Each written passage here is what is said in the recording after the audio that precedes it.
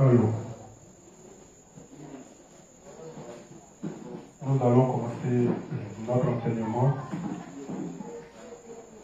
Donc, si il y a des personnes dehors, veuillez entrer.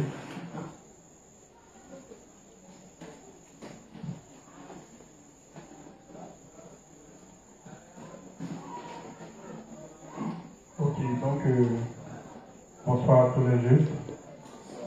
Bonsoir, je salue aussi tous les justes qui nous suivent à l'intérieur et aussi tous les justes qui nous suivent hors de la Côte d'Ivoire. C'est toujours le même thème, le thème c'est Satan. Et nous étions à une autre phase de notre enseignement, c'est-à-dire, comme je l'ai dit, l'enseignement comporte plusieurs grands titres. Et hier, nous avons vu un peu qui Satan peut-il posséder. Et donc aujourd'hui, nous allons continuer avec le même titre, mais cette fois-ci avec certainement d'autres paragraphes. Donc, on va faire la prière et par la suite, nous allons commencer notre enseignement. Toujours le même thème, Satan, mais je rappelle aujourd'hui, puisque c'est plusieurs vidéos, de telle sorte que si quelqu'un tombe sur la vidéo, il sache au moins se situer par rapport au jour où l'enseignement a été fait. C'est pourquoi à chaque fois, je rappelle les dates. Donc aujourd'hui, nous sommes le mardi 13. C'est ça, non? Voilà, donc nous sommes aujourd'hui le mardi 13 juin 2023. Et donc c'est toujours le même thème, c'est Satan. Voilà, donc on va donner la possibilité à la juste Élie de faire la prière et puis nous allons poursuivre notre enseignement. Amen. Donc les justes, disposons-nous et prions le Seigneur. Disons-lui merci tout d'abord de nous avoir sanctifiés et confions-lui le moment. Prions. Père éternel, nous te disons merci. Merci parce que tu n'as pas regardé à notre nature pécheresse. Merci parce que tu n'as pas regardé à nos œuvres, mais tu nous as délivrés de l'enfer et de la malédiction du péché en envoyant ton Fils Jésus-Christ, prendre tous nos péchés passés, présents et futurs, les effacer complètement et inscrire nos noms dans le livre de vie, par ses œuvres salvatrices que sont son baptême à la croix fait par Jean-Baptiste, son baptême au Jourdain fait par Jean-Baptiste, sa mort à la croix, sa résurrection, son ascension. Il nous a ainsi permis de devenir tes enfants et il nous a laissé le Saint-Esprit, notre consolateur, notre guide. Nous croyons en ta Sainte Trinité et nous croyons en ta justice.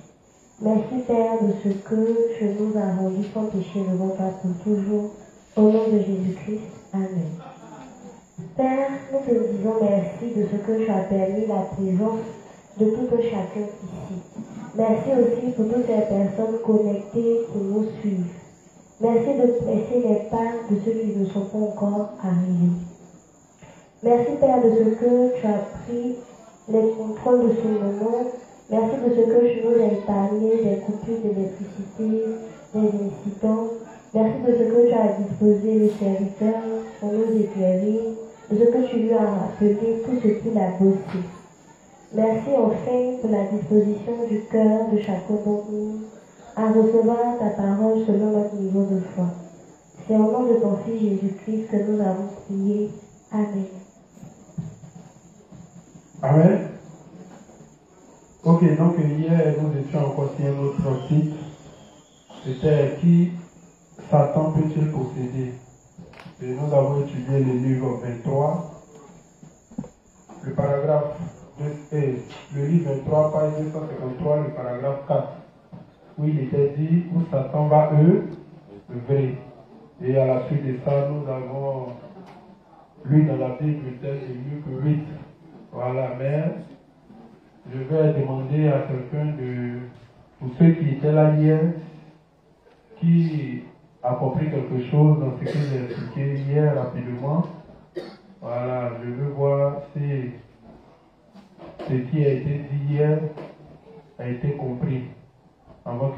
puisse poursuivre mon enseignement. Qui était là hier? Il n'y avait personne. Donc j'ai fait l'enseignement moi seul hier. Qui a retenu quelque chose hier?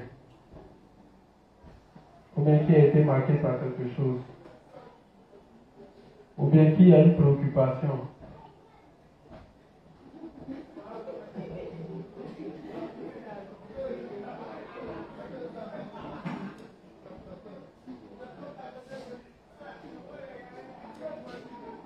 Personne? Donc je poursuis. Oui, la juste fille.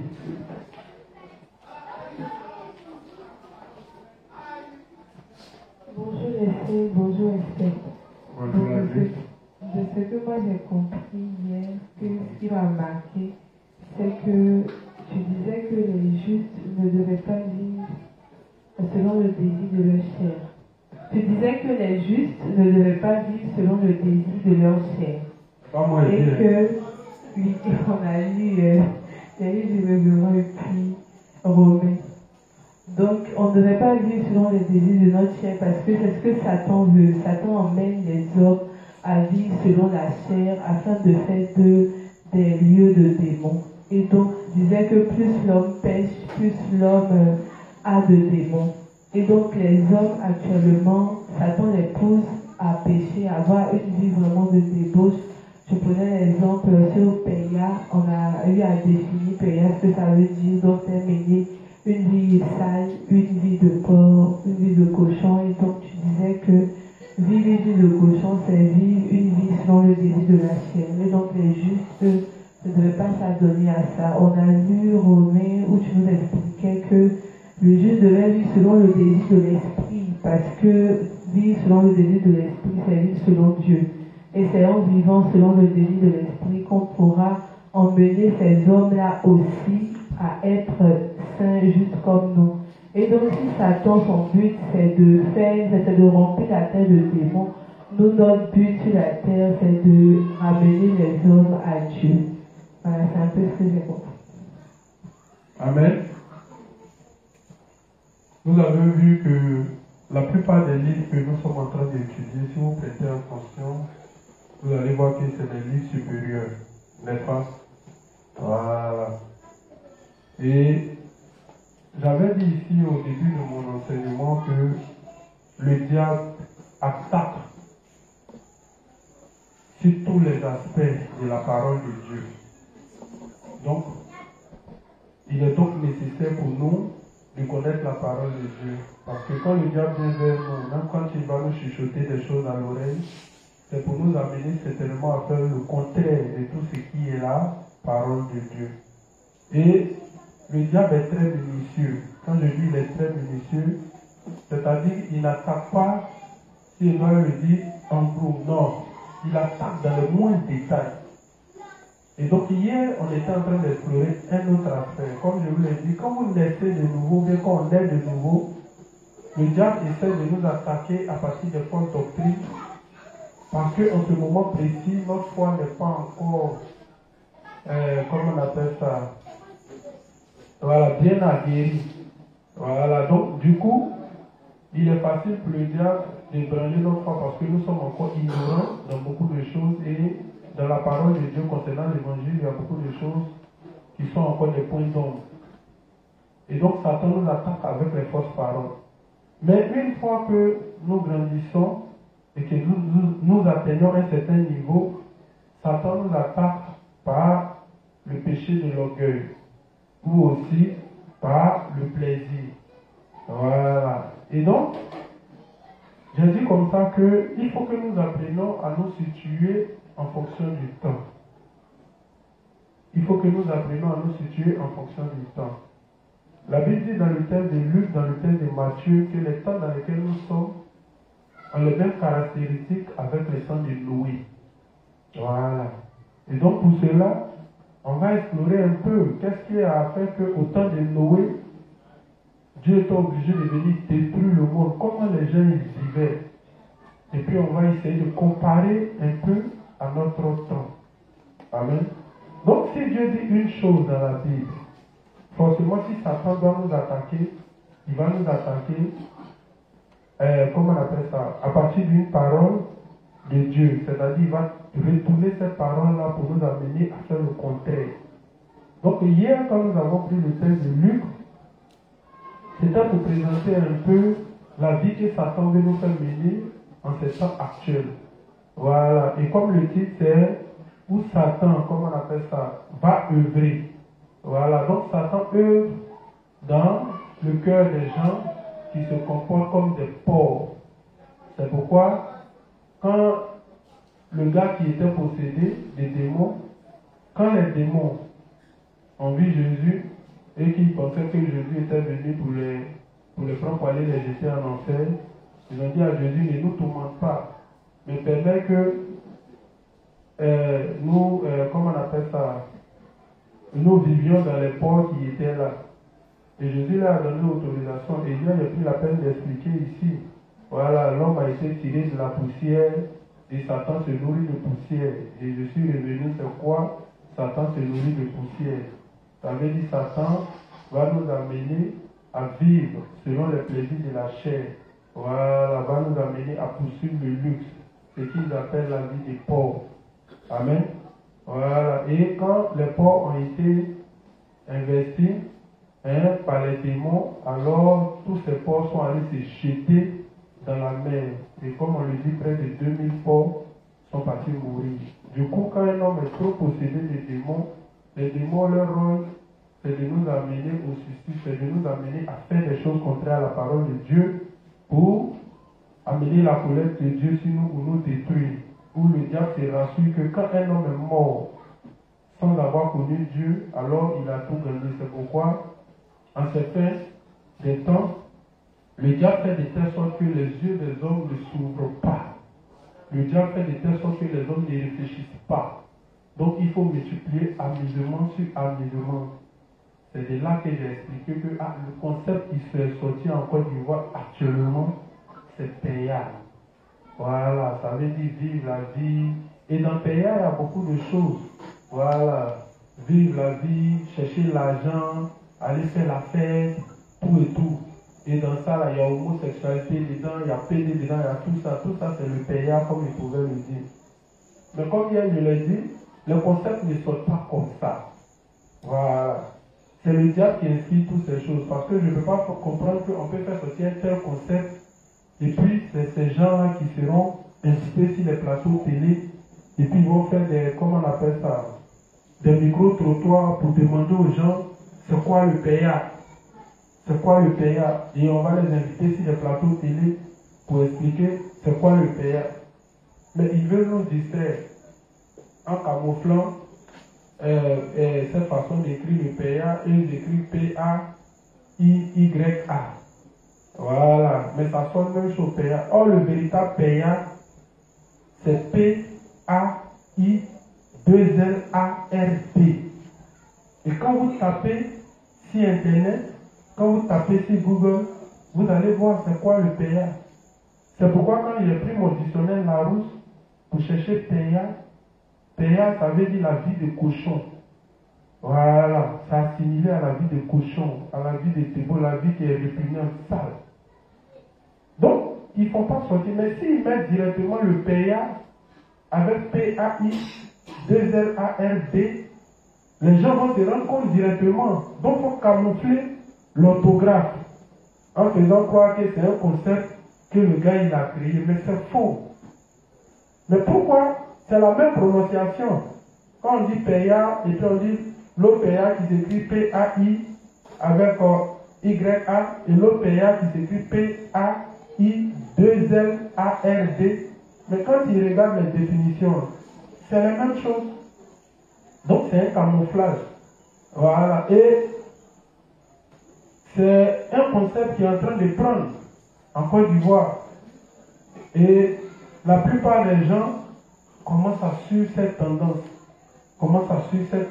Amener les gens à vivre le plaisir, l'amusement, tout et tout, pour ne pas que les yeux des gens s'ouvrent. Mais toutes ces choses sont là pour abrutir les gens, pour ne pas qu'ils se rendent compte même du véritable but de leur existence et qu'ils cherchent Dieu. Amen. Voilà. Donc les concepts qui suivent là, qui sortent là, nous les justes, on ne doit pas suivre ça bêtement. Voilà. On doit chercher à comprendre pourquoi ils font ça, pourquoi ils veulent nous introduire dans une telle vie et autres. Amen. Voilà. Et de sorte que quand nous connaissons ces choses, alors que nous sommes dedans, par, comment on appelle ça, par notre faiblesse, on peut prier Dieu pour en sortir parce qu'on sait que c'est des choses que Dieu n'approuve pas. Mais si ce n'est pas le cas, si on n'explique pas que tu es dedans, tu vas penser que bon, c'est ça le véritable but de la vie. Et comme je l'ai dit, Satan, il utilise beaucoup les plaisirs de la chair pour détruire les hommes. Voilà. Si Dieu a dit que nous ne devons pas vivre, comme on appelle ça, pour suivre les désirs de la chair, donc si Satan doit attaquer cette parole de Dieu, certainement elle va nous amener à faire le contraire de cette parole, à faire le contraire de cette parole de Dieu, en nous amenant à vivre une vie de débauche, en nous amenant à vivre une vie comme les animaux. Amen. Voilà, c'est pourquoi j'ai pris mon temps pour expliquer ces choses hier. Amen. Donc je ne vais pas trop revenir dessus, mais comme je l'avais dit, on allait lire quelques versets pour compléter, parce que si Dieu en a parlé, si Satan fait le contraire, c'est parce que Dieu en a parlé. Voilà, donc qu'est-ce que Dieu veut qu'on fasse? Et pourquoi Satan veut nous amener à faire le contraire de ce que Dieu veut? Vas-y, Galates 5, verset 3.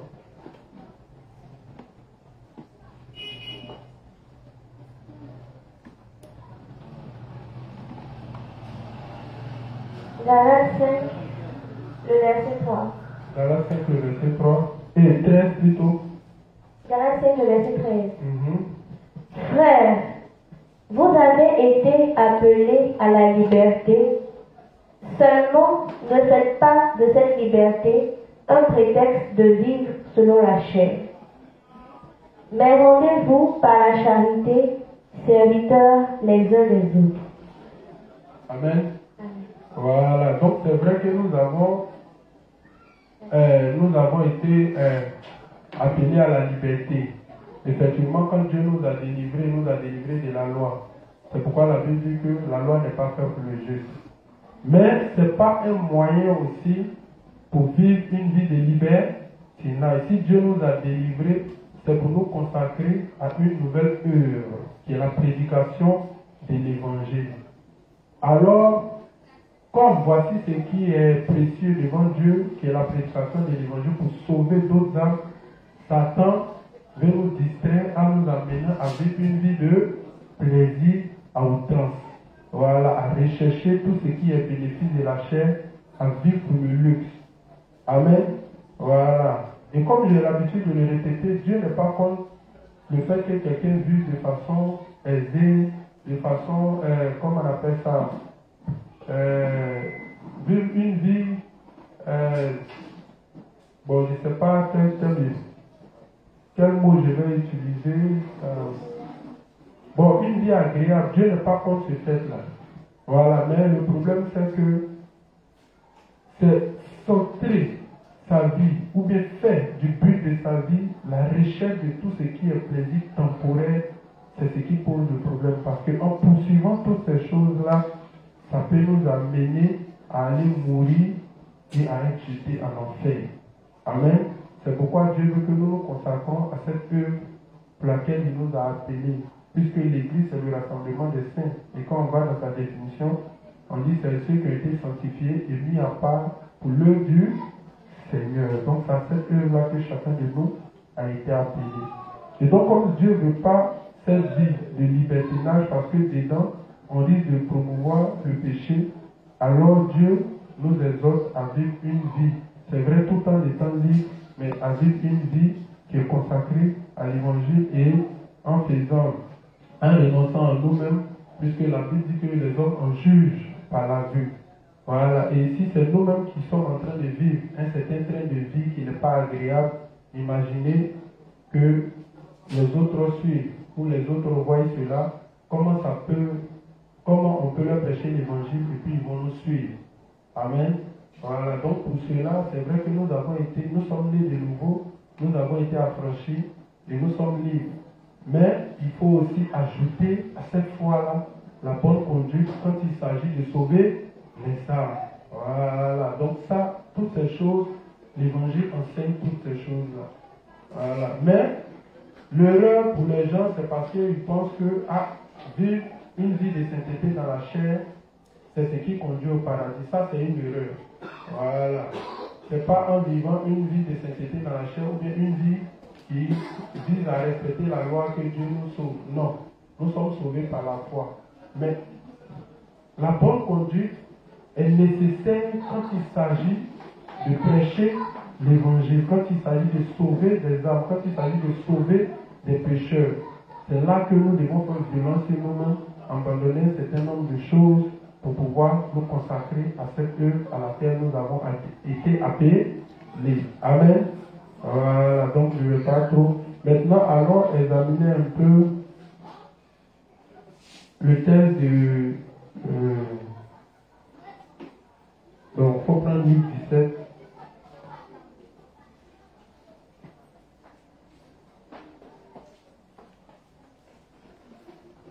Il ne faut prendre Matthieu 24 là. Matthieu 24, verset 37 à 39.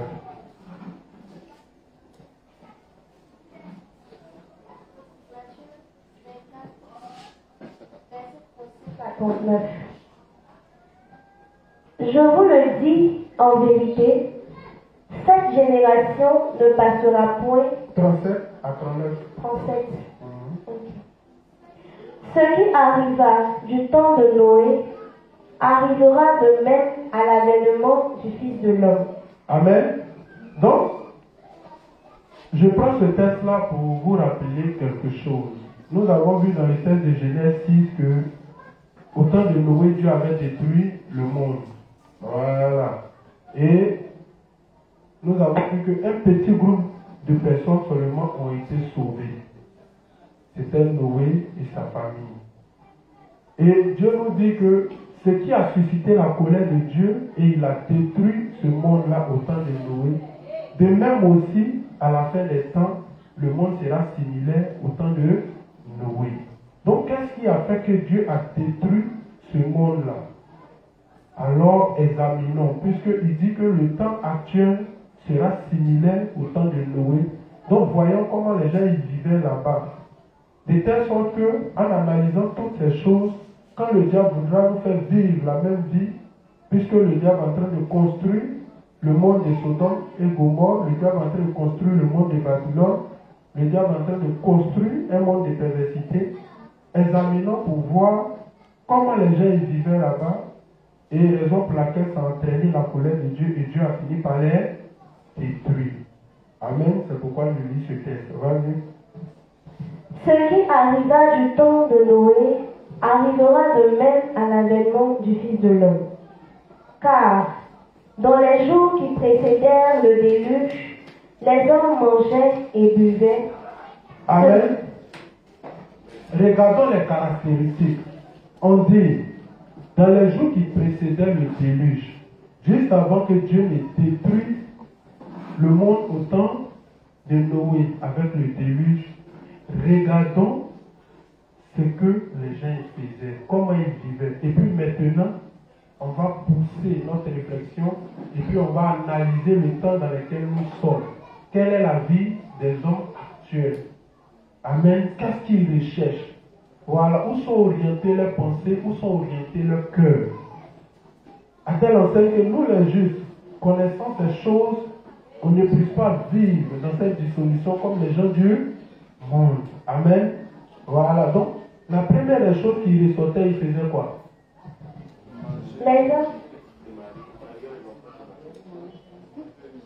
Non, on va épuiser point par point. Lui, il faisait quoi?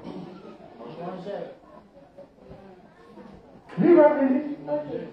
Car dans les jours qui précédèrent le déluge, les hommes mangeaient. Attends, donc vous voulez dire quoi? Dieu a contre le fait que les gens ils mangent. Mais pourquoi il dit ce qui s'est passé là-bas là, dans les temps qui précédaient le déluge, là, les gens ils mangeaient. Est-ce que manger c'est un problème?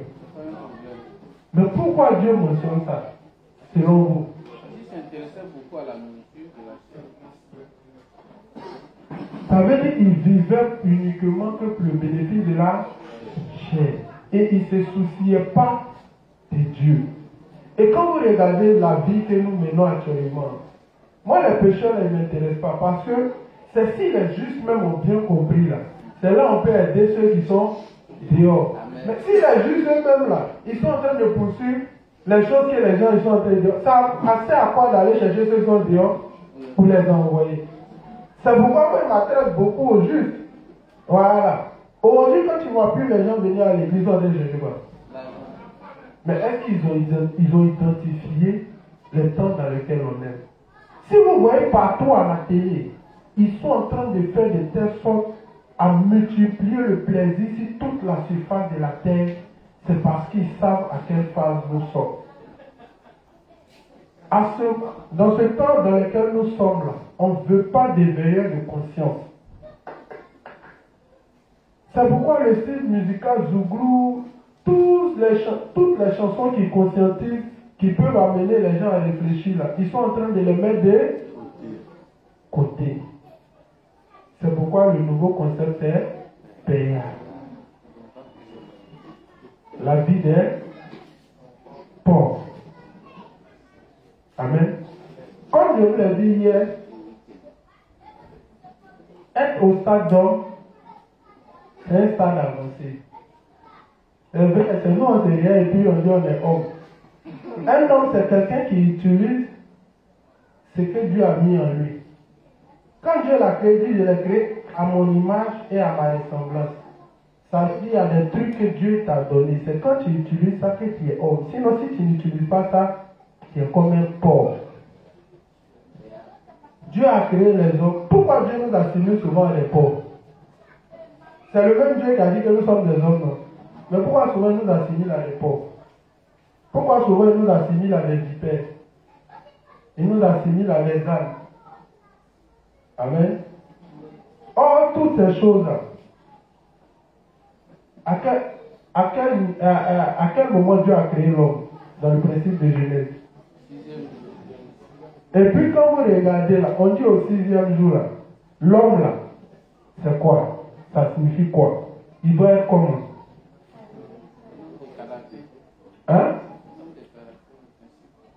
Au 6e jour, Dieu fait l'homme. Ce qui signifie que nous sommes des hommes de caractère et de principe. Bon, si tu n'es pas un homme de caractère et de principe, est-ce que toi Dieu se met dans le cas des hommes? Donc il faut que nous devenions des hommes. C'est pourquoi, et on l'a dit ici subtilement, quand ils prennent dans les Talmud juifs, ils appellent les autres peuples là, comme des goïms, comme des animaux, le bétail sauvage, ils ne les considèrent même pas comme des hommes. C'est pourquoi ils peuvent mener des guerres, la famille, les gens ils meurent, mais ce n'est pas leur problème. Parce que quand un homme est mort, c'est comme poulet qui est mort. Mais quand un juif te vient et puis il t'appelle homme, ça prend tout son sens. Mais ça, c'est leur pensée. Vous voyez, mais ce que Dieu il veut que nous soyons des hommes. C'est pourquoi le principe de Genèse, là, où, comment on appelle ça, les jours là, constituent, comment on appelle ça, les différents niveaux de notre foi. Et c'est très important. Quand tu es né de nouveau, il faut qu'on fasse l'effort de dépasser le premier jour, le deuxième jour, le troisième, jusqu'à arriver au stade de homme. Un homme, c'est quelqu'un qui a, comment on appelle ça, qui vit selon la parole de Dieu, qui vit selon les principes et il a du caractère. C'est ce que Dieu veut. Amen. Voilà, donc devenons des hommes. Sortons du lot des pauvres et devenons des hommes en appliquant la parole de Dieu. Amen. Vas-y. Les hommes mangeaient et buvaient. Ils mangeaient, ils buvaient. Ils faisaient de ça le centre de leur vie. Tout comme beaucoup ici, ils refusent de venir à l'église parce qu'ils disent qu'ils sont en train de chercher l'argent. C'est bon de chercher l'argent, on n'en disconvient pas. Dieu lui-même, l'envoie de mettre l'homme sur la terre, il a pris le temps de faire le premier, le deuxième, et chaque jour équivaut à une bénédiction pour l'homme. Parce que chaque jour, il a mis une chose dans la nature qui va servir au bien-être de l'homme. Donc Dieu a pensé à toutes ces choses. Donc Dieu n'est pas contre le fait que nous ayons toutes ces choses. C'est pourquoi il a mis toutes ces choses à la disposition de l'homme avant même de créer l'homme. Mais on ne peut pas faire de ces choses-là le centre de notre vie sous prétexte que nous sommes en train de rêver et de convoiter. Nous sommes en concurrence avec les hommes du monde. Donc comme ils ont ça, moi aussi je veux avoir ça. Hier, je vous ai dit ici subtilement que aucune chose que Dieu n'a mis sur la terre ne peut, comment on appelle ça, satisfaire ou combler le vide qui est en l'homme. Et ça, c'est Dieu qui a fait ça comme ça. C'est pourquoi même aujourd'hui, quand tu n'as pas peut-être travail, tu penses que si tu as travail, ta vie sera comblée. Demandez à ceux qui ont travaillé si leur vie est comblée. Et je vous ai dit que même si Dieu te donnait tout le temps pour satisfaire les désirs de ta chair, tu ne vas jamais les satisfaire. Parce que le diable même qui donne ces choses-là aux hommes, lui-même n'est pas satisfait. Lui-même cherche la position de Dieu. Donc, qui sera satisfait dans ce monde-là? Personne. Amen. Amen. Voilà. Donc, ils sont en train d'orienter la vie des hommes dans la luxure. Et ce qu'ils utilisent beaucoup pour amener tout le monde à convoiter, c'est la modernité. Quand le monde devient beau, quand on apporte la modernité, tout le monde a envie d'avoir un avenir sur cette terre. Et donc tout le monde est en train de convoiter les choses de ce monde. Au milieu de cette modernité-là, qui n'a pas envie d'avoir sa belle maison? Qui n'a pas envie d'avoir son dernier cri de potable? Qui n'a pas envie d'avoir la dernière voiture? Et du coup, chacun va se donner les moyens de pouvoir accéder à toutes ces choses. Et c'est se donner ce moyen-là. Puisque le monde qu'ils font là, c'est pour faire rêver. Ils savent que tout le monde ne pourra pas avoir. C'est pour faire rêver les gens pour qu'ils meurent dans leurs rêves. Sinon, s'il y a un équilibre dans le monde, si le monde va bien, si tout le monde a l'argent, eux ils seront qui? Eux ils sont quelqu'un parce qu'ils dominent les pauvres. Mais s'il y a un équilibre, si tout le monde a la même chose, eux ils deviendront qui? C'est pourquoi ils veillent à ce que les pauvres deviennent de plus en plus pauvres et ils deviennent de plus en plus riches pour mieux contrôler les autres. Donc c'est une vie de rêve qui vendent aux gens, c'est une vie d'illusion. Quand on élève quelques personnes, c'est pour faire rêver tout le reste, pensant que toi aussi, tu dois te battre. Et le support qu'ils utilisent le plus, c'est la télé pour véhiculer toutes ces choses-là. Quand on fait la promotion de la luxure à la télé, toi aussi tu es là, non, moi aussi je dois... Dans ce monde-là, il ne doit pas être maudit. Moi aussi, là, je suis venu sur la terre, là, il doit avoir ces choses. Si tu as eu, tant mieux. Mais beaucoup en rêvé comme toi, alors on les a accompagnés au cimetière. Il ne faut pas penser que ceux qui sont au cimetière, ils sont plus intelligents que... Voilà. C'est la mort qui est là pour nous rappeler notre vraie nature. Amen. Amen. Donc faites beaucoup attention. On n'a pas dit aux gens de ne pas chercher l'argent. Non. On n'a pas dit aux gens de ne pas chercher manger. Non. Voilà. Mais il ne faut pas aller chercher l'argent, manger quand tu perds là-bas. C'est ça le problème. Amen. Voilà. Vas-y. Les hommes se mariaient et mariaient leurs enfants. Actuellement, la réussite est définie par quoi? Toutes les femmes, tous les garçons, tout le monde veut se marier. Voici comment on a orienté la vie. Quelqu'un qui a réussi, c'est quelqu'un qui est marié, qui a un bon compte, qui a une belle maison. Voilà, voilà. C'est ça qu'on a défini comme la réussite. Mais Dieu lui dit quoi concernant cette réussite? Quand on lit la Bible, Dieu lui dit quoi?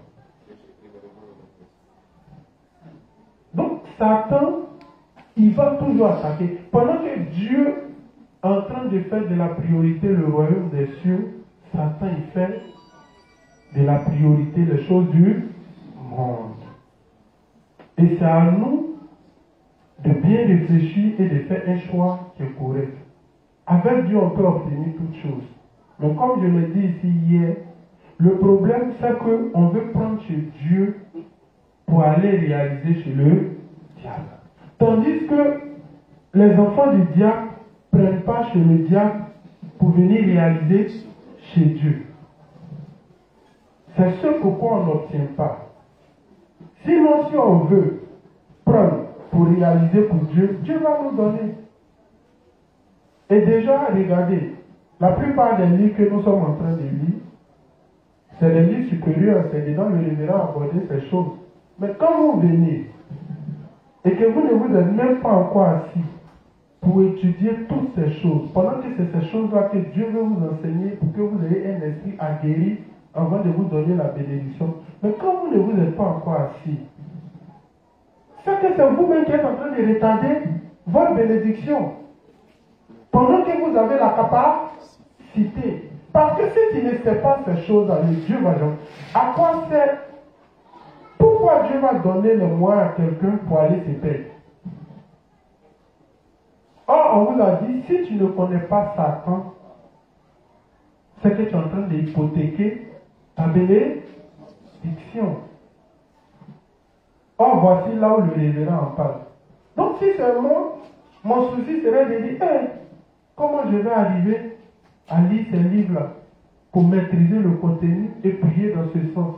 C'est parce que le révérend a compris toutes ces choses que Dieu a pu le bénir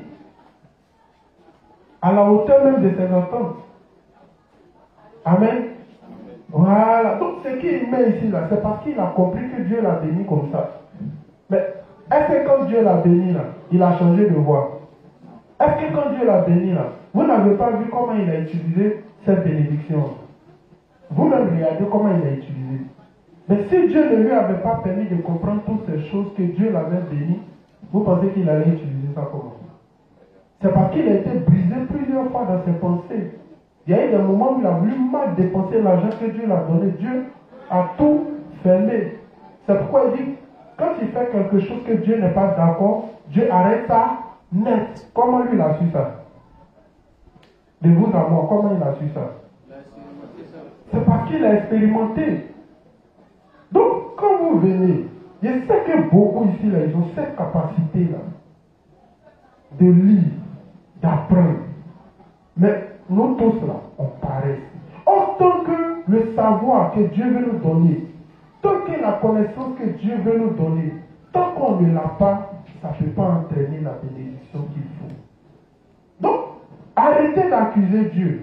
Le problème ne se trouve pas au niveau de Dieu. Le problème se trouve au niveau du juste. C'est quand on va comprendre ça, c'est là que ça va décoller. Le bien-aimé prospérer à tous les gars, soit en bonne santé comme prospère l'état de votre âme. C'est vrai, on le prononce, mais il y a comme l'impression qu'on ne sait pas ce que ça veut dire. Tant que ton âme n'a pas prospéré, ça ne va pas entraîner la bénédiction de Dieu.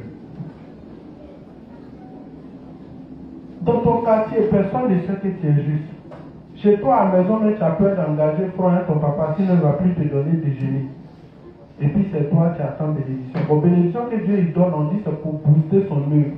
Mais toi-même, pour engager, même conversation, l'homme, tu ne veux pas. Bon, quand Dieu va te donner, tu vas voir. C'est quand Dieu va te donner que Dieu... Non, si en si peu de choses, tu peux me montrer ta fidélité, je vais te donner les grandes choses. Si le révérend a été béni, il n'a pas été béni au hasard. C'est quand tu es en train de lire, parce que quand tu vérifies son parcours depuis le livre 1, jusqu'au livre 66 où il est arrivé, c'est là que tu vas comprendre pourquoi Dieu l'a béni comme ça. Amen. Voilà. Et comme on sait que beaucoup ne veulent pas lire, beaucoup ne veulent pas étudier, c'est pourquoi d'autres ont lu et puis ils ont tiré ça souvent des principes. Mais on dit ça là même, là, venir apprendre là, on n'est pas prêt. Il dit, le révérend dans le livre 33, il dit, la double portion, c'est pas tout le monde qui va avoir. Est-ce que vous savez ça? Vous savez que la double portion, c'est pas tout le monde qui va avoir. Il dit pour avoir la double portion, tous ceux qui seront réjouis le cœur de Dieu, en retour, Dieu va leur donner la double portion. Donc à toi de t'asseoir pour fouiller qu'est-ce qui réjouit le cœur de Dieu. Et puis tu te mets à faire, tu vas voir si tu n'auras pas la double portion. Mais c'est nous, on veut suivre la tendance, la mode. Quand le révérend écrit dans les livres, pour dire le juste doit gérer ses tendances et créer ses propres tendances et aller à contre-courant du monde.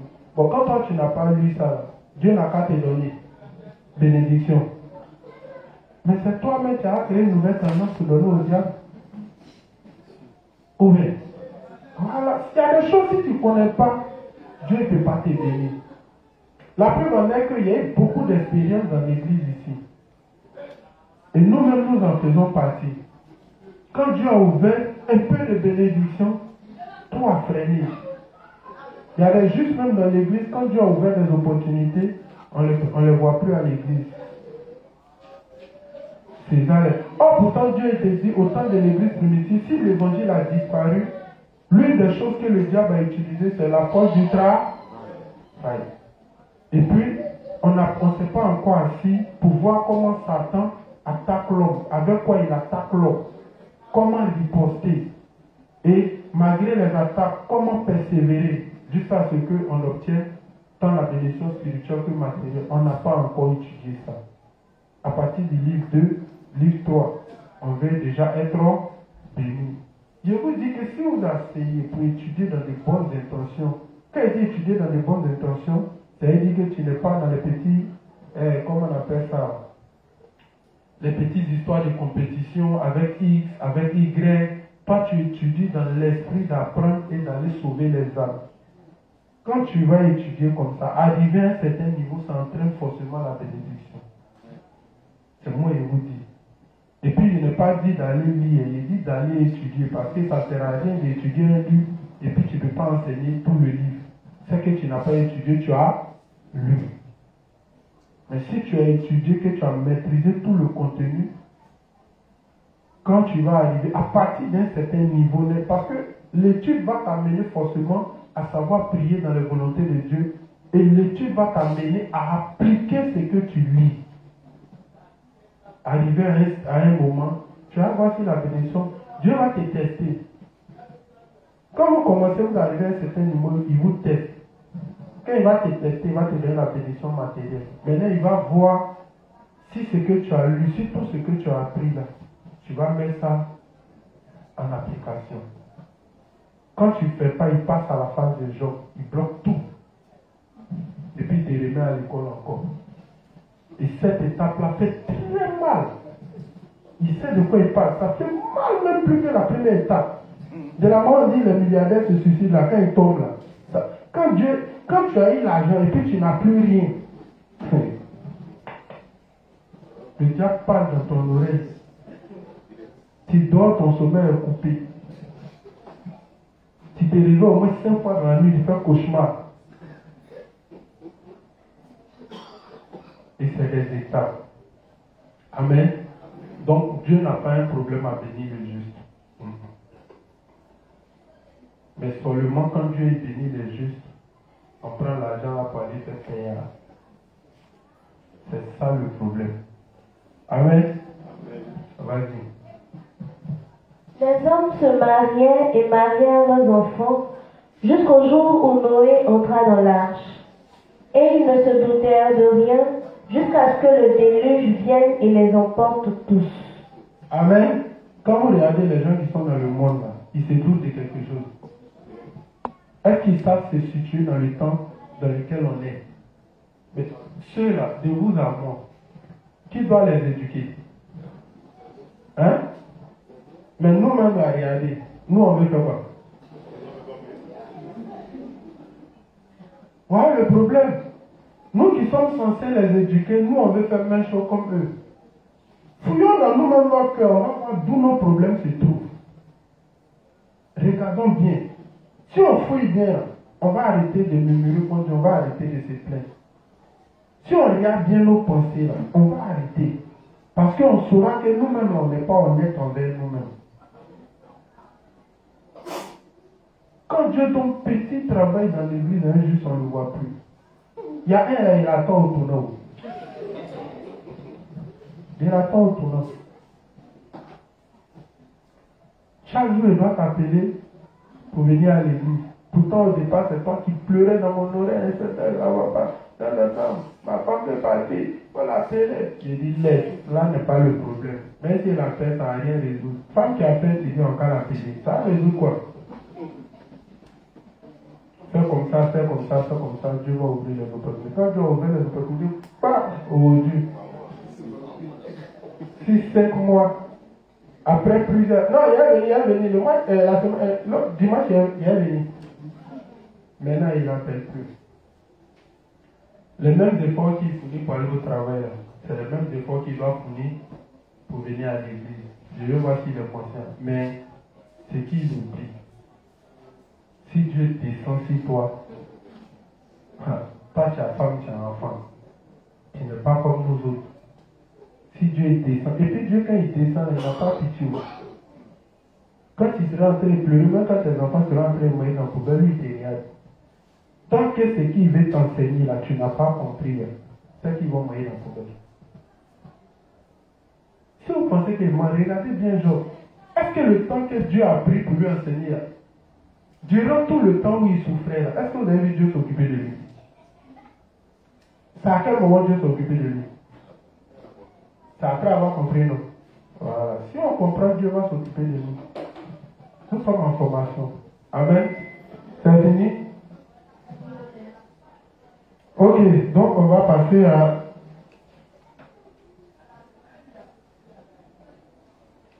Vas-y, livre 13, page 233. Paragraphe 3. Les démons habitent dans le cœur du pécheur. Cependant, pour ceux dont le cœur n'a pas la parole de l'eau et de l'esprit, les démons peuvent partir, mais ils reviendront encore. Jésus dit que les démons cherchent des lieux arides. Le titre, c'est les démons habitent dans le cœur du pécheur. Vas-y. Cependant, pour ceux dont le cœur n'a pas la parole de l'eau et de l'esprit, les démons peuvent partir, mais ils reviendront encore. Jésus dit que les démons cherchent des lieux arides pour y demeurer. Les lieux arides ici impliquent les cœurs déserts des pécheurs qui n'ont pas la parole de Dieu.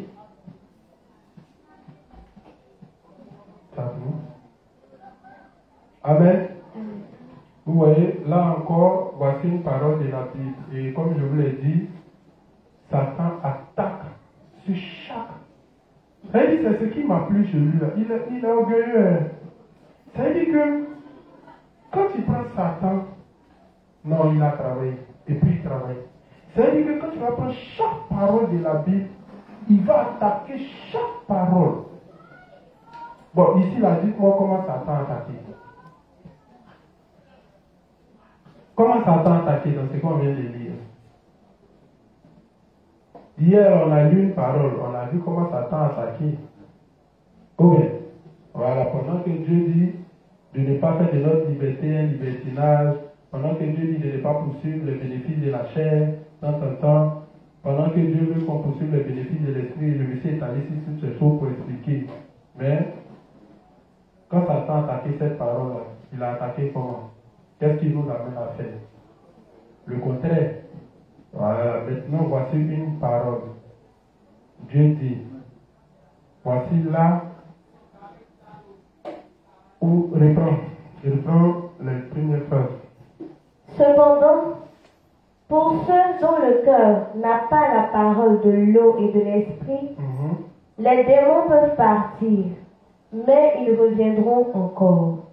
Là, comment Satan a attaqué le monde avec cette parole? Quelqu'un n'a pas m'expliquer avant que moi je l'explique.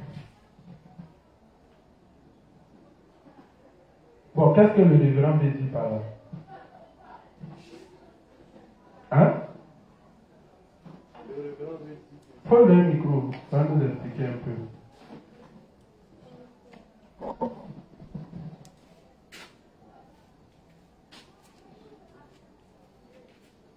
Le révérend veut nous dire que celui qui n'a pas l'évangile d'eau et d'esprit en lui, voilà, celui-là qui sera le père des démons. Maintenant, le monde nous enseigne parce que le révérend a détaillé ce que nous devons avoir en nous, l'eau, le sang et l'esprit. Mais quand Satan vient à nous, dans les éléments que nous devons avoir, il enlève certains éléments et il nous donne des éléments incomplets. Et nous fait croire que nous sommes fils de Dieu. Donc, voilà ce que moi j'ai compris. Comment les gens dans le monde ils font les délivrances? Satan sort.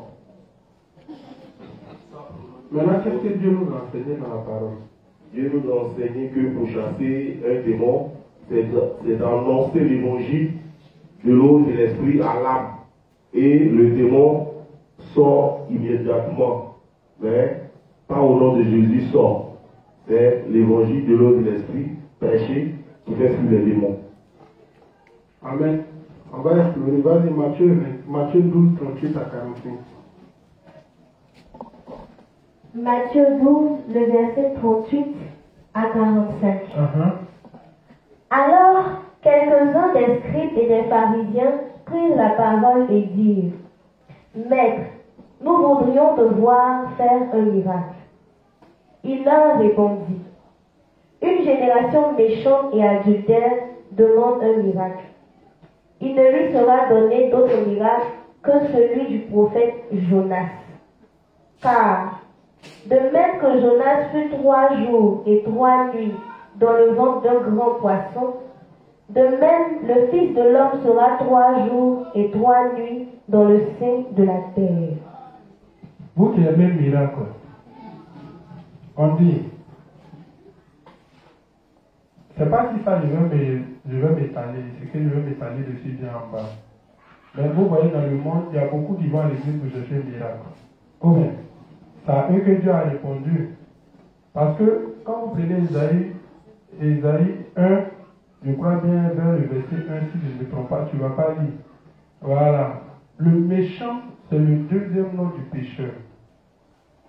Est-ce que vous savez ça? Quand Dieu parle du méchant, ça fait référence au pécheur. Le méchant, ce n'est pas celui qui ne partage pas sa nourriture. Le méchant, ce n'est pas celui qui ne donne pas les habits. Non. Le méchant, c'est le deuxième nom du pécheur. Parce que pour Dieu, quelqu'un qui a du péché dans son cœur, il peut faire le bien. Parce que ce que Dieu considère comme bien, c'est de donner la vie éternelle. En prêchant la parole. Mais est-ce que quelqu'un qui a du péché dans son cœur peut donner la vie éternelle à quelqu'un? Donc, tout ce que tu vas donner à un homme, Dieu ne considère pas ça comme quelque chose de bon. Voilà, parce que c'est des choses périssables. Tu as beau donner à un homme, s'il meurt, il va en faire. Donc, pour Dieu, ce qui est bon, c'est de donner la vie éternelle. Et donc, le pécheur ne dispose pas de cette qualité-là. Donc, il ne peut pas donner la vie éternelle. C'est pourquoi tout ce qu'il peut faire, Dieu considère ça comme une œuvre qui est mauvaise. Même s'il donne la vie, on sait que derrière ces choses, il y a hypocrisie. Voilà, il ne donne jamais dans de bons termes. Amen. Donc, le méchant cherche un miracle. Mais c'est quel miracle qu'il veut? Le seul miracle qui sera fait pour lui, c'est le miracle de Jonas. Et là, Dieu nous enseigne simplement que, comment on appelle ça, il annonçait une partie de son œuvre. Comme vous le savez, la Bible, c'est un pédole. Dieu a jeté les trucs un peu ici.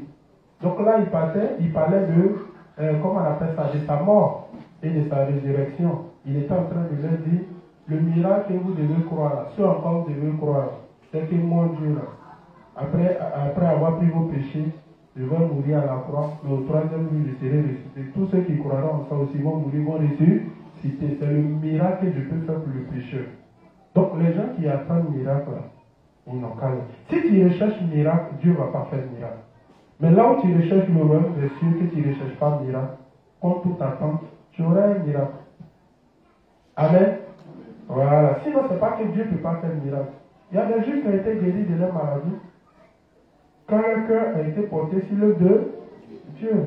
Il y a des gens qui avaient besoin de leurs yeux pour lire, mais parce qu'ils avaient à l'esprit de vouloir lire et de partager la parole, comme Dieu sonde le cœur, il sait que la personne là veut la chose réellement et il a besoin de ses yeux, pas pour autre chose. Dieu lui accorde la vision. Mais s'il vient dans l'espoir d'avoir de la vision, il va réagir. Il ne va rien avoir. Amen.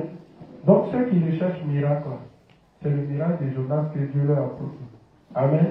Voilà, comme certains pourraient dire, mais vous d'abord église, là, vous ne faites pas un miracle. Si tu es fâché, commence à faire un miracle pour nous. Est-ce que quand on t'interdit de faire le miracle, c'est juste aussi? On dit quel est le plus grand miracle qu'un homme peut faire? On dit c'est de donner la vie et quand on dit que vous faites très grave, aux jeunes, on va faire le miracle. Lequel est plus aisé de dire un homme laisse faire une marche et de lui dire que tes péchés te sont pardonnés? Donc le plus grand miracle, c'est avoir son nom être inscrit dans le livre de vie, c'est avoir la vie éternelle. Sinon, c'est quel miracle? Bon, il a fait pousser ton pied dessus, là, tu donnes deux voitures, tu as cogné, là. Il a fait quoi? Combien il est parti, il a prié sur toi au-dessus de Cocody. Quand tu es sorti, tu es revenu, tu as mis porc encore, tu es tombé malade, il a fait quoi? Il n'a rien fait. Amen. Vas-y. Cependant, pour ceux dont le cœur n'a pas la parole de l'eau et de l'esprit, les démons peuvent... Non, dans la Bible. D'accord. Car, de même que Jonas fut 3 jours et 3 nuits dans le ventre d'un grand poisson, de même le Fils de l'homme sera 3 jours et 3 nuits dans le sein de la terre. Verset 41. Les hommes de Ninive se lèveront au jour du jugement avec cette génération et la condamneront parce qu'ils se repentirent à la prédication de Jonas. Et voici, il y a ici plus que Jonas. La reine du Midi se lèvera au jour du jugement avec cette génération et la condamnera parce qu'elle vient des extrémités de la terre pour entendre la sagesse de Salomon. Et voici, il y a ici plus que Salomon. Salomon n'est pas allé au paradis, mais ce fut un moment de sa vie, il a demeuré avec le Seigneur et après il s'est perdu. Amen. Donc il n'y a pas ça, vous avez dit, mais si tout le monde est venu prendre sa vie de Salomon, mais pourquoi on dit que Salomon n'est pas allé? Vous les juste, vous devez prendre des trucs en partie. Vas-y. Lorsque l'esprit impur est sorti d'un homme, voilà la partie qui m'intéresse. Voici là où le diable a trompé les gens. Voici ce que Dieu dit. Il va par des lieux arides, cherchant du repos, et il n'en trouve point. Alors il dit, je retournerai dans ma maison d'où je suis sorti. Et quand il arrive, il la trouve vide, balayée et ornée. Il s'en va, et il prend avec lui 7 autres esprits plus méchants que lui. Ils entrent dans la maison, s'y établissent, et la dernière condition de cet homme est pire que la première. Amen. Pourquoi Dieu a mis cette parole-là dans la Bible? Selon vous, pourquoi Dieu a mis cette parole-là dans la Bible? C'est pour nous expliquer quelque chose, non? Voilà. De la manière il a dit, si tu chasses un démon, comme j'ai l'habitude de dire, il dit, quand Dieu libère une parole, cette parole ne retourne pas sans avoir fait ce pourquoi Dieu l'a libéré. Amen. Et notre foi débute quand nous commençons à croire entièrement à la parole de Dieu. Et ça aussi c'est une parole. Et Dieu veut nous enseigner quelque chose. Il dit, Satan a trompé l'humanité en les amenant à chasser les démons. Amen. Voilà. Si tu chasses un démon, ce n'est pas un problème. D'ailleurs, il y a passé ça en 2 groupes. Le pécheur, celui qui n'est pas né de nouveau, et puis le juste. Amen. Voilà, parce que les justes, ils n'aiment pas s'en tenir à ce qui est écrit. Ils aiment faire ce qu'ils ont vu dans le légat. La seule chose auquel ils s'en tiennent, c'est l'évangile d'eau et d'esprit. C'est pourquoi quand les justes naissent de nouveau, on veut corriger beaucoup de choses. Ce n'est pas l'évangile d'eau et d'esprit seulement qui est vrai. Il y a beaucoup de choses, tout est vrai. Et dans le monde, comme vous avez amassé beaucoup de choses qui ne sont pas correctes, alors la parole de Dieu vise à corriger certaines choses. Sinon, tu auras seulement l'évangile d'eau et d'esprit et toute ta vie sera le légalisme dans la justice. Amen. Et une telle personne, Dieu ne pourra pas l'approuver. Quand les démons et quand ceux qui ne sont pas nés de nouveau chassent les démons, à cause de eux-mêmes leurs croyances, Satan fait quoi? Il se livre lui-même en spectacle. C'est pas ça? Voilà. Pour conforter eux-mêmes leur foi. Puisque c'est dans ces choses-là qu'ils se sentent comme des services. Donc Satan lui-même danse, il tremble, il parle. Pourquoi? Pour ceux qui ont fait les délivrances ici, vous savez comment Satan s'est amusé à vous. Voilà. On dit au nom de Jésus, il dit, il ne veut pas. Au nom de maman Marie, il m'a. C'est parce que tu es pour la maman Marie, il sait que c'est un maman Marie, tu crois. Donc Jésus n'a pas de force, mais maman Marie a une force. Donc au nom de maman Marie, il dit je m'en vais, il m'en vais. Donc Satan va toujours se livrer en spectacle quand tu es ignorant. Et toi, quand la personne ne trouve un temps de lucidité, tu es content pour toi, tu as chassé le démon. Non, le démon, il va se balader un peu, il va revenir. Amen. Il faut qu'il te donne cette sensation-là que tu es dans la vérité. Donc lui seul, il libère les gars un peu. Et même s'il ne le libère pas, qu'il reste tranquille. Tu as pensé que le gars, il est délivré? Oui. C'est ça là, le révérend dit. On appelle ça le show de Satan. Amen. En fonction de ta croyance. Ça, le diable, il attaque sur tous les aspects de la parole de Dieu. Là encore, il a trompé toute l'humanité parce que toute l'humanité passe le temps à chasser les démons. Amen. Donc, en fonction de ta croyance, lui fait son spectacle. Maintenant, ça c'est pour les pécheurs. Et leur spectacle avec le diable. Maintenant, les justes, ils sont nés de nouveau. Ils croient dans l'évangile de l'esprit. Et à cause du fait qu'ils croient dans l'évangile de l'esprit, Dieu vient habiter dans leur cœur. Amen. Maintenant, Dieu qui est venu habiter dans leur cœur, ils ne vont pas s'asseoir pour étudier avec Dieu comment faire les choses. Il a pris en l'évangile de l'esprit, il a gardé les mêmes principes de délivrance du légalisme. Alors le serviteur là, on l'appelle, il y a quelqu'un qui est possédé. Dès que lui, il a dit, je te chasse, je te brise. Vous l'avez vu des juifs faire ça, non? Pour ceux qui ont parcouru d'autres églises des juifs, il faut. Mais il y a une chose qui est sûre.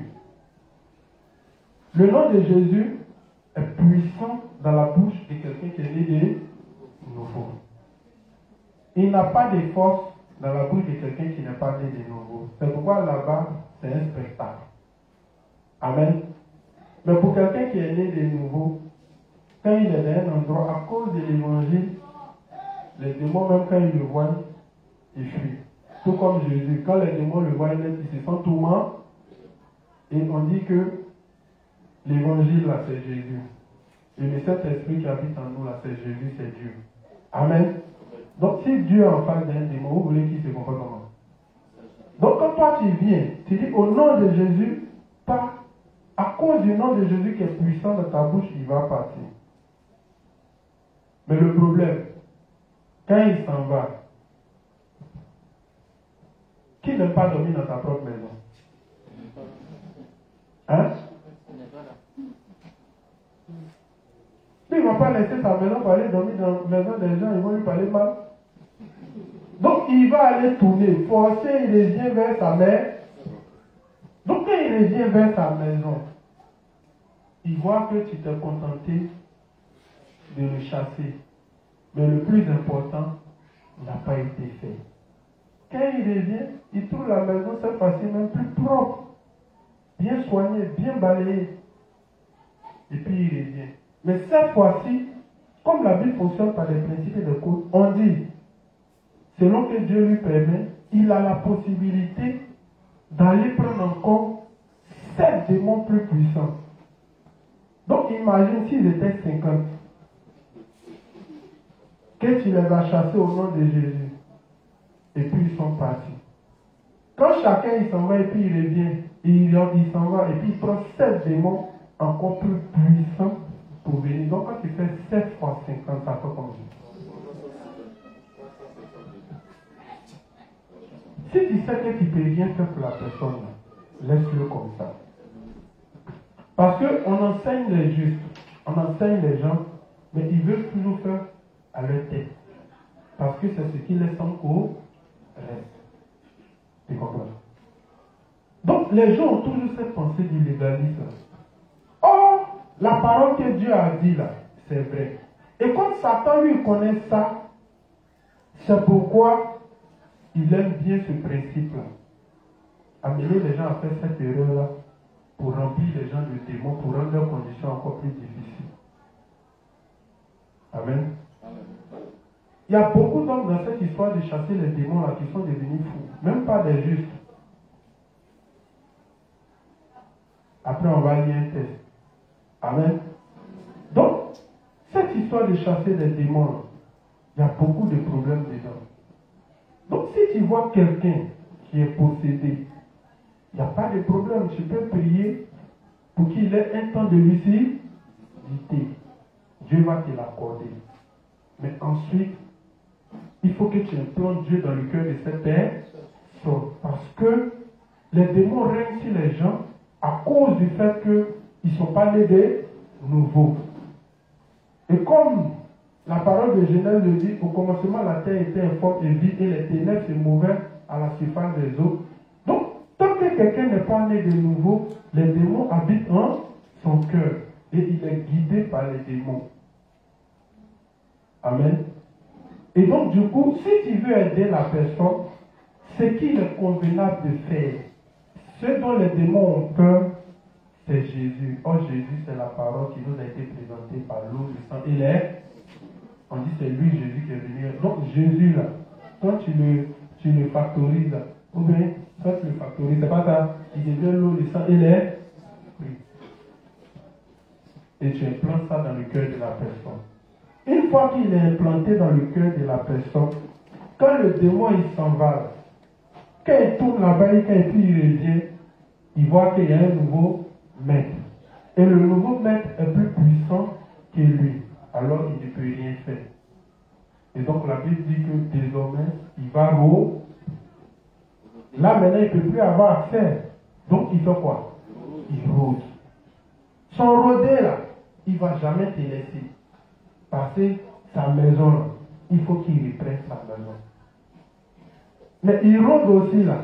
Tant que tu tiens fermement à ton évangile, il ne fait que rôder. Mais quand il est en train de rôder, il est en train de chercher les failles et les faire pour pouvoir te descendre. Amen.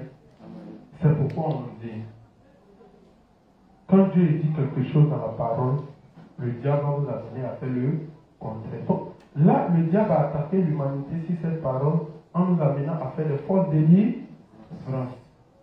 Et donc, toi, le juste aussi, comme tu as été beaucoup habité par le légalisme, quand il vient, il dit non, ici, pourquoi on ne fait pas de délivrance? Non, le juif ne va pas se consacrer à faire des délivrances comme tu le fais. Mais le juif fait des délivrances, mais qui n'ont rien à voir avec la délivrance que toi tu connais. C'est pas parce que depuis longtemps tu es né, tu vois les gens faire de telles choses que c'est correct. Non. Puisque le faux, là, il existe depuis l'an 313. Donc il y a longtemps le faux existe. Donc c'est pas parce que le faux domine le monde il y a longtemps que tu as pensé que parce que ça date de longtemps, donc c'est une vérité absolue. Non. C'est pourquoi on est obligé maintenant de venir s'en tenir à la parole pour voir ce que Dieu dit dans ce contexte-là. Amen. Vas-y, relis un peu. Lorsque l'esprit impur est sorti d'un homme, il va par des lieux arides, cherchant du repos, et il n'en trouve point. Alors il dit, je retournerai dans ma maison d'où je suis sorti. Et quand il arrive, il la trouve vide, balayée et ornée. Il s'en va et il prend avec lui 7 autres esprits plus méchants que lui. Ils entrent dans la maison, s'y établissent, et la dernière condition de cet homme est pire que la première. Il en sera de même pour cette génération méchante. Amen. Donc il y a des erreurs à ne pas faire. Quand la Bible vous enseigne, il faut s'en tenir à ce que la Bible enseigne. Quand Dieu était avec les apôtres, quand il a fini, quand il devait monter, il a dit quoi? La dernière parole qu'il a recommandée, c'était quoi? Et puis faire quoi? Hein? Faire des disciples. C'est pas ça? En leur faisant quoi? En leur baptisant. Mais dans Matthieu, on dit en leur baptisant au nom du Père, du Fils et du Saint-Esprit. C'est pas ça? C'est quoi baptiser au nom du Père, du Fils et du Saint-Esprit? Il faut qu'il me rassure qu'au moins les gens y comprennent. Hein? Enseigner, baptiser le nom du Père, Ah ouais. du concerne la loi de Dieu. Micro là arrive comme toi. Ok. Il faut nous expliquer maintenant. Baptisez-les au nom du Père, du Fils et du Saint-Esprit. Hein? Les enseigner de la connaissance de la loi. Comment la loi nous enseigne. Comme toi. Précis. Hein? Précis. Vas-y. Ok. Mets tes idées en place et puis explique. Ok. Quand Jésus dit à ses disciples d'aller faire des nations des disciples et les baptiser au nom du Père, Fils et du Saint-Esprit, les baptiser au nom du Père revient à dire de les enseigner dans la connaissance de la loi.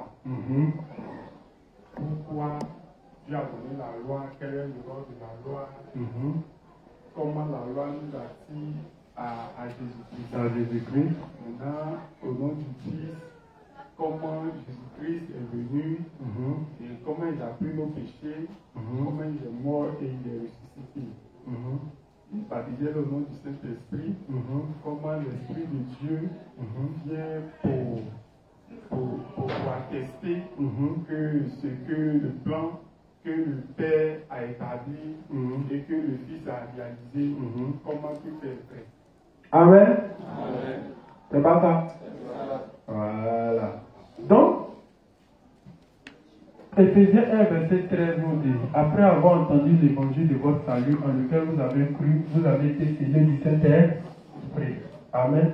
Donc, allez-y faire de toutes les nations les disciples en leur enseignant ce que je vous ai enseigné. Donc, si tu veux faire une délivrance qui est parfaite et correcte, il s'agit d'aller enseigner aux gens la parole de la rémission des péchés planifiée par le Père, accomplie par le Fils et attestée par le Saint-Esprit. Et non aller les jeter dans l'eau. Je te baptise au nom du Père, du Fils et du Saint-Esprit. Là encore, Satan a trompé les gens. Amen. Quand tu finis de lui dire je te baptise au nom du Père, du Fils et du Saint-Esprit, dans le monde là, ça donne quoi? Je suis né de nouveau, mais ici comment? Là encore, c'est comme ça que Satan a trompé les gens. Amen. Voilà. Donc, le véritable baptême, c'est la connaissance de l'enseignement qui nous explique la loi sur la rémission des péchés. C'est quand on a fini de connaître ça qu'on peut aller maintenant, je ne sais pas si on va nous commémorer, voilà, en mémoire de ce que le Christ a fait, on va maintenant. Bon, comme le révérend a utilisé le langage du révérend, on va maintenant affirmer notre foi intérieure, on va l'extérioriser en faisant maintenant le baptême d'eau, voilà, pour montrer que c'est comme ça nous croyons que Jésus a pris nos péchés au baptême et c'est comme ça qu'il nous a sauvés de nos péchés, en connaissance de ce que Dieu a fait. Amen. C'est pourquoi quand vous partez Corinthiens, Paul dit que moi je ne suis pas venu vous baptiser, je suis venu pour prêcher l'évangile. Parce que dans l'évangile qu'il enseigne, il y a le baptême dedans, il y a le Saint-Esprit dedans, il y a tout dedans. Amen. Et c'est quand quelqu'un a compris cet enseignement qu'on peut maintenant le plonger dans l'eau. Amen. Donc si on va faire une délivrance, c'est ce que Dieu nous demande d'aller faire, de prêcher la parole et d'installer le Saint-Esprit dans le cœur de quelqu'un. Une fois que le Saint-Esprit est dans le cœur de quelqu'un, alors les démons ne peuvent plus habiter dans un tel cœur. Alors ce qu'il peut faire, c'est déroder, maintenant chercher la faille et faire tomber la personne pour à nouveau encore habiter en lui. C'est pourquoi dès que quelqu'un naît de nouveau, il faut le conduire à l'église pour que l'église maintenant veille sur lui parlant seulement jusqu'à ce qu'il atteigne l'âge de la maturité et le diable ne peut plus rien lui faire. Amen. Voilà, donc c'est ça la vérité. Donc, pour prendre le texte maintenant de Acte 19, verset 13 à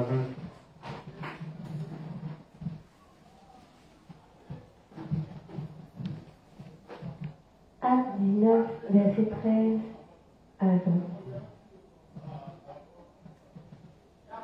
Quelques exorcistes juifs ambulants essayèrent d'invoquer sur ceux qui avaient des esprits malins le nom du Seigneur Jésus en disant: je vous conjure par Jésus que Paul prêche. Ceux qui faisaient cela étaient 7 fils de Séva, juifs, l'un des principaux sacrificateurs. L'esprit malin leur répondit, je connais Jésus et je sais qui est Paul, mais vous, qui êtes-vous? Et l'homme dans lequel était l'esprit malin s'élança sur eux, se rendit maître de tous deux, et les maltraita de telle sorte qu'ils s'enfuirent de cette maison nus et blessés. Vous voyez, dans cette affaire de chasser les démons, quand Dieu met toutes ces choses dans la Bible, c'est pour avertir les gens, c'est pour les enseigner. Dans cette histoire de chasser les démons, les démons, les noms du fleuve rose.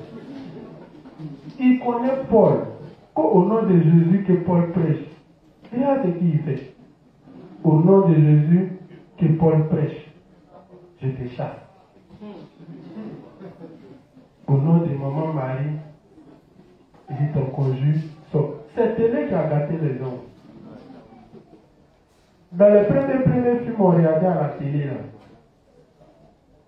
Quand les mauvais esprits ou les vampires apparaissaient, ils faisaient quoi? Ils prenaient croix. Les aussi, ce que Dieu a mis dans la Bible, ils disent pas. Avant de dormir, il y a d'autres qui mettent chapelet devant leur porte. Il y a d'autres aussi, leur voiture, ils mettent chapelet. Dans les chambres, ils mettent chapelet. Quand on dit à quelque chose, il fait sortir croix, payer la vie d'un film. Mais quoi que tu as attrapé là, ça peut faire quoi? Pourquoi les gens regardent mal les films? Dans le film là, Satan véhicule beaucoup de messages. Hein. Maintenant, ça c'est le premier film. Les derniers films qu'on fait maintenant, exorcisme. Mais ils font quoi? Ils font quoi? Ils se moquent. Dans les films d'exorcisme, maintenant, ils se moquent. Ils mettent que c'est des mises en scène. C'est-à-dire, ils préparent les trucs. Et puis, c'est-à-dire, c'est un montage qu'ils font, quoi. Et puis, tout ce qu'ils font là n'est pas avec la réalité. Parce que je vous ai dit qu'ils sont à une phase où ils doivent discréditer la religion. Donc, les nouveaux films maintenant, ils montrent aux gens que tout ce qu'ils faisaient là, c'était du montage, etc. Mais malgré ça, les gens ne voient pas. C'est le même film là qui vous a montré que si le démon apparaît, il faut même croire, non? C'est le même encore, il te dit que croire c'est rien, le démon arrache croire dans la main, je vais plus le frappe. Mais malgré ça, il reste encore dans les mêmes pratiques. Donc, le pouvoir de la télé, la force de la télé, là, c'est pas du jeu. C'est à cause de ça, quand vous regardez tous les films de maintenant, tout a changé. On voit l'ancien film de Noé, l'ancien film de Moïse, tout était basé sur ce qui était écrit. Voilà. Mais les nouveaux, disons maintenant, vous ne voyez pas. C'est-à-dire Noé ou bien Moïse, chacun a mis Dieu de côté. Hein. Il a mis la foi de côté. Hein. Et puis il se bat et épée maintenant. Et comme ils savent que les gens n'aiment pas lire, il va venir discuter avec toi, il va aller prendre ce qu'il a regardé à la télé pour venir discuter avec toi. Et c'est comme ça les gens. Sinon, regardez les derniers films exorcistes, vous allez voir. Ils t'expliquent que c'est des montages. Il y a beaucoup qui expliquent que c'est des montages, il y a d'autres qui expliquent que ça ne sert à rien. Quand ils le démontrent, ils arrachent les trucs, ils prennent le geste ici. Et c'est comme ça les gens ils font. Donc ça fait que ce qu'ils ont mis dans la tête des gens, ils continuent de croire en ces choses. Donc cette histoire, si vous mettez la foi de côté, si vous mettez ce que la parole de Dieu dit de côté, que vous partez faire à votre propre tête, le diable il est très puissant. Ça, même la Bible ne mentionne pas de le dire. Il possède des pouvoirs très puissants. Même les démons qui sont, comment on appelle ça, sous sa domination, ils sont aussi très puissants. Donc si tu t'en vas jouer, on a connu des gens qui, à force de faire délivrance, ils sont devenus fous. C'est pourquoi s'il y a des choses même qu'il ne faut pas faire, les parents qui aiment prendre, comment on appelle ça, les églises légalistes pour les implanter chez eux à la maison, ça c'est très dangereux. Parce que derrière chaque doctrine erronée, c'est quand il y a des... Et une maison où il y a toujours délivrance des démons, c'est que vous êtes en train de faire de cet endroit-là un repère des démons. Et ça va finir par agir sur les habitants de la maison. Et c'est des trucs qui sont réels. Parce que si Dieu lui-même il en parle, c'est que c'est des trucs qui sont réels. Et les démons, ils frappent les gens vers eux. Ils vont te frapper. D'abord, ils vont frapper le gars. Si tu mets la foi à la prédication de l'évangile de côté, ils vont te frapper. Ils peuvent t'envoyer des maladies, ils peuvent t'envoyer des trucs, ça. Au fait, c'est pas que tu les, mais tu les gênes. C'est qu'elle a fait de Jésus, au nom de Jésus sort, au nom de Jésus sort. Mais Jésus, lui, on connaît Jésus à cause du fait qu'il est Dieu. Paul aussi, on le connaît à cause de sa foi qui est correcte. Donc les démons savent identifier les enfants de Dieu. Ils connaissent quels sont les véritables enfants de Dieu. Ils connaissent leur foi. Ils connaissent ce en quoi ils croient. Donc ils peuvent les identifier. Quand ils regardent les gens aussi qui n'ont pas une foi correcte, ils peuvent aussi les identifier. Amen. Donc si le révérend nous explique dans cette histoire de comment faire les délivrances de façon parfaite, laissez les pensées légalistes. C'est vrai, souvent il peut arriver. Dès qu'à petit tu t'oublies au nom de Jésus. Ça peut arriver. Le nom de Jésus est vraiment puissant dans la bouche d'un juste. Parce que quand lui l'utilise, il sait de quoi il parle. À quelque part, même le livre dit, si Satan nous envoie des pensées, on dit quoi? Au nom de Jésus, je te repousse. Ce n'est pas des choses qu'on ne fait pas. Voilà. Mais ce n'est pas une délivrance, ça allait te tuer. Non. Une fois que tu as dit au nom de Jésus, la force que tu as utilisée pour dire au nom de Jésus, il sait ça vient d'où? Ça vient d'un cœur qui est né de nouveau. Le démon est là parti. Amen. Voilà. Donc quand on lit toutes ces choses, c'est pour vous montrer que dans chaque aspect de la parole, le diable, il trompe les gens. C'est pourquoi vous voyez que ces enfants qui sont dans les religions, qui sont dans les églises et autres, il a montré la façon erronée de faire les délivrances. Et cette manière de faire, c'est le moyen de remplir les gens de démons. Puisque c'est un principe que Dieu lui-même il a enseigné. Si tu as dit à quelqu'un au nom de Jésus, comment on appelle ça? Au nom de Jésus, tu as chassé un démon dans le cœur de quelqu'un, il n'y a pas de problème. Le démon peut aller si c'est injuste. Si ce n'est pas injuste, le démon peut se livrer en spectacle. Amen. Voilà, mais si c'est injuste, il va aller. Mais une chose est sûre, il viendra. Donc si tu ne peux pas prêcher l'évangile, laisse la personne telle que ou telle qu'elle est. Voilà, quelqu'un qui peut lui prêcher l'évangile, viendra lui prêcher l'évangile. Et l'évangile, c'est un pouvoir qui est comme une bombe qui peut détruire une montagne de péché. Les démons sont dans le cœur de quelqu'un à cause du péché. Ils règnent sur quelqu'un à cause du péché. Une fois qu'il n'a plus de péché par le pouvoir de, comment on appelle ça, de l'évangile de l'esprit, ils sont obligés de quitter ce corps-là. Amen. Voilà, donc c'est ce que je voulais enseigner au niveau de, comment on appelle ça, de cette partie-là. Comment Satan nous attaque par la force de l'ignorance. Vas-y, lis un autre ici. Attends, regardez l'heure, on va au dit. Il nous reste 5 minutes. Lis le principe suivant. Livre 13, page 228, paragraphe 3. Les démons entrent dans les cœurs de ceux qui ne croient pas et libèrent les cœurs qui croient pour laisser place au Saint-Esprit. Lecture. Les démons sont des êtres réels. Ils sont serviteurs de Satan et aiment demeurer dans le cœur des pécheurs.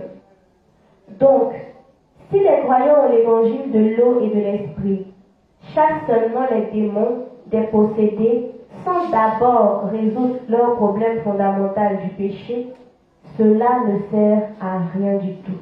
Amen. Amen.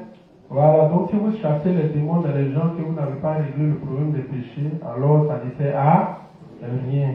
Vas-y, lis le paragraphe suivant. Livre 49, page 103, paragraphe 1. Le diable est très actif dans les pécheurs. Lecture. Et quelles autres choses arriveront au moment de la venue du Seigneur? Le Seigneur a dit, là où est le corps, là aussi s'assembleront les aigles. Quand un animal meurt, les premiers animaux qui paraissent sont une bombe de hyènes. Mais ceux qui emboîtent le pas aux hyènes, ce sont les vautours. Les vautours mangent le corps du mort. Qu'est-ce qui est actif au moment du jugement final du monde? Le diable s'active. Le diable travaille activement dans les gens condamnés qui ont du péché et sont détruits à cause du péché. Le diable a pour travail d'amener ces gens-là en enfer, faisant qu'ils l'écoutent et lui obéissent, et les tuant. Ces choses arriveront au temps de la venue du Seigneur. Amen. Donc, hier, il a dit aux gens de lire le texte de Luc, Matthieu, comment on appelle ça, 24, Luc 17, Luc 21. Voilà, toutes ces choses expliquent l'avènement de la fin des temps. Donc, le révérend a utilisé cette partie-là. Voilà, c'est un texte, comment on appelle ça?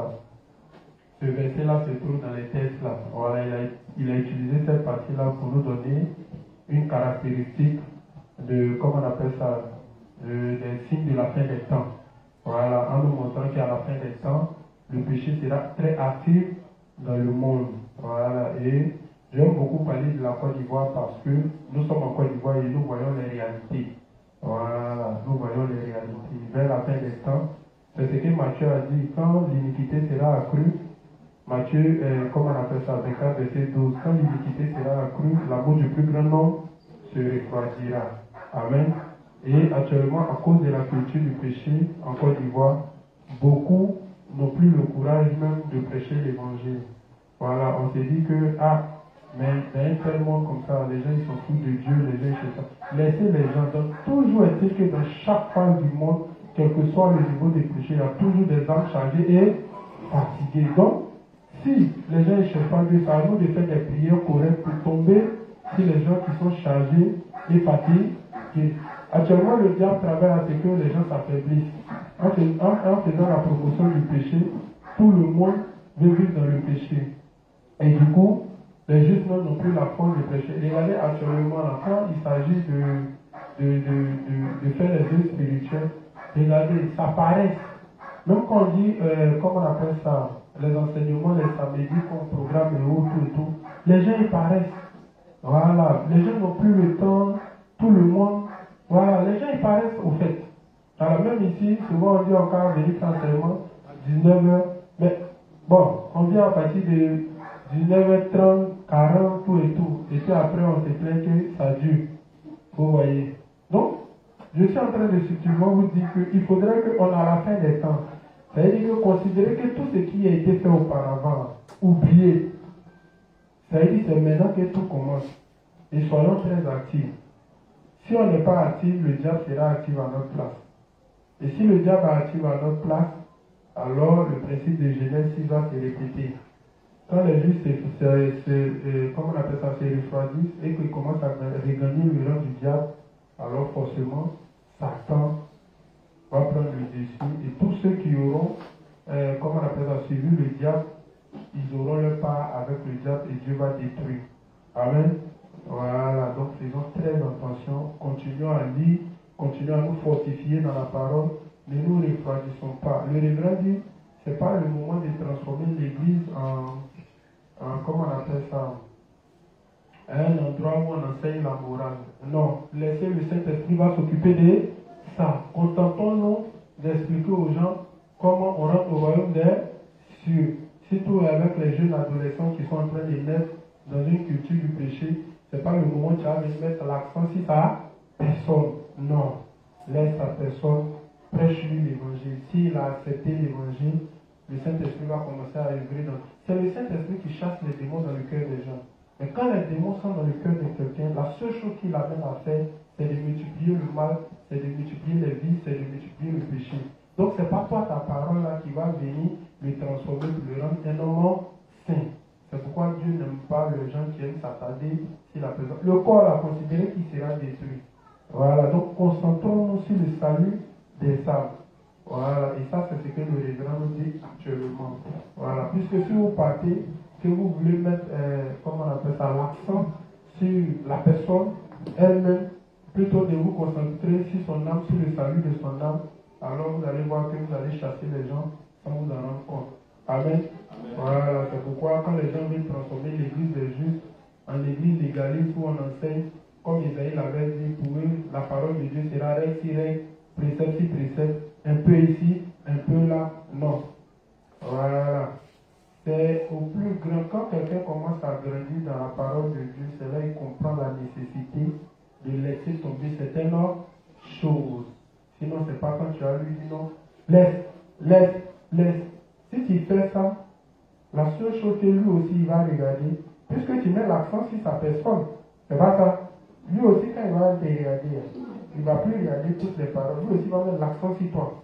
Donc, dès que tu as fait petite chose, il va dire, pas mettre venir, il va faire ça, c'est pas dans la gueule. C'est dans ça là, vous allez partir. Vous voyez. Donc, pour éviter que ça soit, et puis après, je dis non, fais ce qu'il dit, ne fait pas ce qu'il dit. Ça n'existe pas. Amen. Donc, laissez les gens, contentez-vous de sauver leur âme. Dieu les voit comme ça, il les aime comme ça. Si tu dois prendre un rassemblement pour venir le débrouiller, il dit, tu es quoi? Si le chien est encore comme ça, il va venir les nez. C'est un peu, on va dénier son âme, on lui explique, il conduit doucement. Si après, on va le couper le galets, il dit, il dit, Dieu qui va comment? Tu veux qu'il soit droit? Non. S'il est de le couper le galets à fond, c'est un peu. Quand tu vas commencer à prendre conscience de la parole de Dieu, il va, comment on appelle ça, corriger, soigner son aspect un peu. Amen. Voilà, donc il est 21h aujourd'hui, je ne veux pas bloquer les gens. On va s'arrêter là. S'il y a question, je prends. S'il n'y a pas de questions, on s'arrête là et puis bon, c'est fini. Il n'y a pas de questions? C'est bon? On n'a qu'à faire la prière de fin. Ok, donc là, juste lire. Faire la prière de fin. Voilà. Donc les justes, on va ensemble dire merci à Dieu de ce qu'il a dirigé ce moment du début jusqu'à la fin. On va lui dire merci de ce qu'il a pris soin de nous, de notre départ et de notre arrivée à la maison. Ensemble, prions. Père éternel, te disons merci pour ce temps d'enseignement. Merci de ce que tu nous as appris à identifier, à connaître au préalable ta parole, à connaître tes volontés et aussi à connaître Satan, afin que nous puissions avoir le discernement pour savoir ce que tu dis et le contraire que Satan apporte. Merci Seigneur de ce que tu nous as aidés à être des justes dans tes volontés afin d'obtenir les différentes bénédictions que tu as prévues pour nous. Merci de ce que les enseignements ne soient jamais loin de nous. Merci de nous accompagner à la maison sains et saufs, de prendre soin de nous et de mettre tout à notre disposition afin d'être là demain. C'est au nom de ton Fils Jésus que nous avons prié. Amen.